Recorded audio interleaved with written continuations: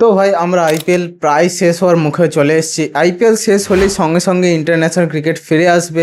Upcoming মান্থে কতকগুলো test match আছে, যে টেস্ট ম্যাচগুলো আমাদের প্রচুর পরিমাণে ইম্পর্টেন্ট 2027 ওয়ার্ল্ড টেস্ট চ্যাম্পিয়নশিপের জন্যে। আমরা সবাই জানি 2021 সালের প্রথম ওয়ার্ল্ড টেস্ট চ্যাম্পিয়নশিপ হয়েছিল এবং প্রথম দুই এডিশনে ইন্ডিয়া ফাইনালে গেছিলো।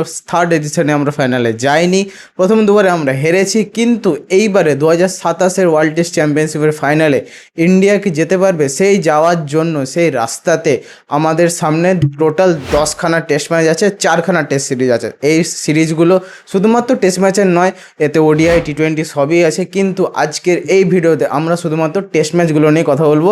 ওডিআই এবং টি20কে আমরা একটা আলাদা ভিডিওতে আনবো, কারণ আমাদের কন্টেন্ট চাই এবং কন্টেন্ট ছাড়া পয়সা আসবে না। তো লেটস বিগিন দিস। তো প্রথমেই আমরা সবাই ভালো করে জানি যে আফগানিস্তান আসছে ইন্ডিয়াতে জুন মাসে, ঠিক আছে। তারা একটা মাত্র টেস্ট খেলবে এবং ওডিআই টি20ও খেলবে। যে টেস্ট ম্যাচটা শুরু হবে 6 তারিখ থেকে নিউ চণ্ডীগড়ে, ঠিক আছে গাইস। এই সিরিজে ইন্ডিয়ার অলরেডি স্কোয়াড রিলিজ হয়ে গেছে, সেটা নিয়েও আমরা একটা ভিডিও আনবো খুব শীঘ্রই। কিন্তু আফগানিস্তানের সাথে একটা মাত্র টেস্ট ম্যাচ আছে। এরপরে এটা আছে হোম টেস্ট। অ্যাওয়ে টেস্টের কথা আমি যদি বলতে চাই, দুখানা পরপর অ্যাওয়ে সিরিজ আছে।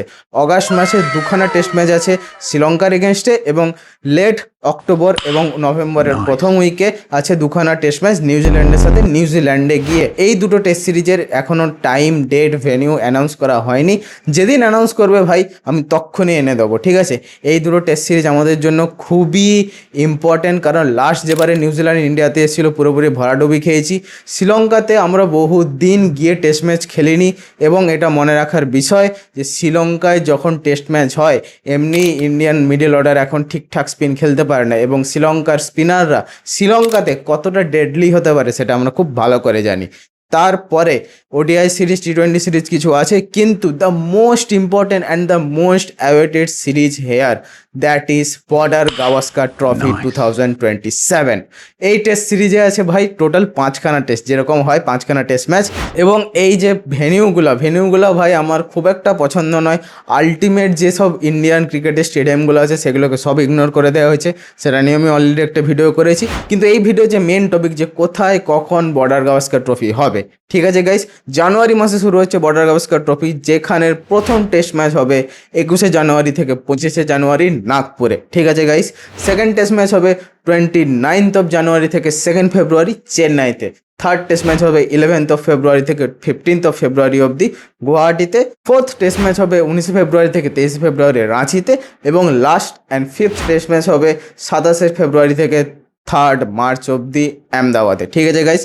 টোটাল আমি যেটা প্রথমেই বললাম 10খানা টেস্ট ম্যাচ আছে, এবং এই যে 10খানা টেস্ট ম্যাচ ওয়ার্ল্ড টেস্ট চ্যাম্পিয়নশিপের জন্যে, এতে হোমও আছে অ্যাওয়ে আছে।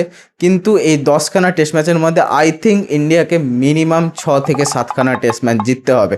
যদি আমি বর্ডার গাভাস্কার ট্রফির কথা বলি না প্রথমে, কারণ এটা সব থেকে বড় টেস্ট সিরিজ, তো এখানে চেন্নাই টেস্ট এবং রাঁচি টেস্ট, এই দুটো টেস্টে আমাদের অবভিয়াসলি জিতা উচিত। কারণ ভাই চেন্নাই স্পিন ফ্রেন্ডলি উইকেট হবে, এবং রাঁচি জেএসসিএ ঝাড়খণ্ড ক্রিকেট অ্যাসোসিয়েশন যে স্টেডিয়ামটা, সেখানেও ভালো স্পিন হয়। কিন্তু আহমেদাবাদে এবং গুয়াহাটিতে কীরকম উইকেট হবে, কারণ এটা কিছুটা পেস ফ্রেন্ডলি উইকেট, এবং অস্ট্রেলিয়ার ডেডলি বোলিং ট্রায়ও যদি এখানে জেগে যায়, তাহলে ভাই ইন্ডিয়ার টেস্ট সিরিজের কিন্তু খবর আছে। ইয়েস, আমাদের কাছে সেরকম ভালো কোয়ালিটির ব্যাটসম্যান আছে, কিন্তু পরন্তু কীরকম ব্যাটিং লাইন আপ হবে কিছুটা তোমরা সেটা আফগানিস্তান সিরিজের যে টিম বেরিয়েছে সেটা তো অলরেডি দেখে নিয়েছো। কারা কারা এই মোটামুটি এই যে পরপর টেস্ট সিরিজগুলো সেখানে খেলবে। এবং মাঝখান থেকে একটা কথা আছে, বিরাট কোহলি আবার টেস্ট টিম জয়েন করতে পারে। তার কোচের সাথে তার আলোচনা হয়েছে, বিরাট কোহলির কোচ তাকে পরামর্শ দিয়েছেন যে you can play test match, এবং হোয়াই নট ভাই। 9290 মতো কত একটা রান আছে। যদি আমি 10,000 রানের কথা বলছি না, কিন্তু যে বিরাট কোহলির লেগেসি 5 বছর 10 বছর পর যখন পরের জেনারেশন আসবে, তখন যেন তাদের মনে না হয় যে কোনো একটা অ্যাভারেজ প্লেয়ার ছিল, একটা অ্যাভারেজ ক্যাপ্টেন ছিল। আমরা দেখেছি ভাই, আমরা সেই জেনারেশনের ছেলেপুলে যারা বিরাট কোহলির ফুল ক্যাপ্টেন্সি দেখেছি ফ্রম 2018-19 টু 2022-23 এর ফার্স্ট অবধি, ঠিক আছে। তার মধ্যে অনেক কিছু আপ ডাউন হয়েছে, সেটা আমি সবই মানছি, কিন্তু বিদেশের মাটিতে যে ইন্ডিয়ার ডমিনেন্স সেটা পুরোপুরি বিরাট কোহলি এবং 50% রবি শাস্ত্রীরও কৃতিত্ব গাইস। ওই যে টিমটা সাজিয়েছিল, ওই যে অ্যাটাকিং মেন্টালিটি, ওই যে সৌরভ গাঙ্গুলির মেন্টালিটি, ওইটা বিরাট কোহলি পুরোপুরিভাবে এনেছিল। এবং অন্য প্লেয়াররা তাদের নিজের মুখে স্বীকার করেছে ইন্টারভিউতে, বহু ইন্টারভিউতে, যে তাদের পা কাঁপতো যখন বিরাট কোহলি ইন্ডিয়ান টিমের ক্যাপ্টেন ছিল। তো this is a long cricketing summer, প্রচুর ক্রিকেট আসছে ভাই আমাদের সামনে। শুধুমাত্র আমি আগেই বললাম যে টেস্ট ম্যাচ নয়, ওডিআই টি20রও সিরিজ আছে, সেটা নিয়েও আমি খুবই তাড়াতাড়ি একটা ভিডিও আনবো। কিন্তু এই ভিডিওটা এইখানেই আমরা খতম করব, বেশি চোদাবো না।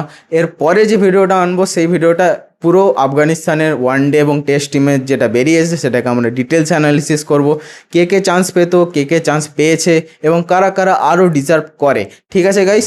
তো ভিডিও খতম করার আগে প্লিজ যদি ভিডিওটা ভালো লেগে থাকে ভিডিওকে লাইক করে যাও, বেশি কথা বলবো না, তাই চ্যানেলকে সাবস্ক্রাইব করে যাও। এরকম নতুন নতুন ইন্টারেস্টিং ভিডিও আনতে আমার খুবই ভালো লাগে, আর তোমরা যখন ভিডিওকে ভিউজ দাও, লাইক দাও, তখন মোটিভেশন আরও বেড়ে যায়, ঠিক আছে গাইস। তাড়াতাড়ি আসবো এডিট করে, বেশিক্ষণ নেবো না, ততক্ষণের জন্য জয় হিন্দ, বন্দে মাতরম, ভারত মাতা কি জয়।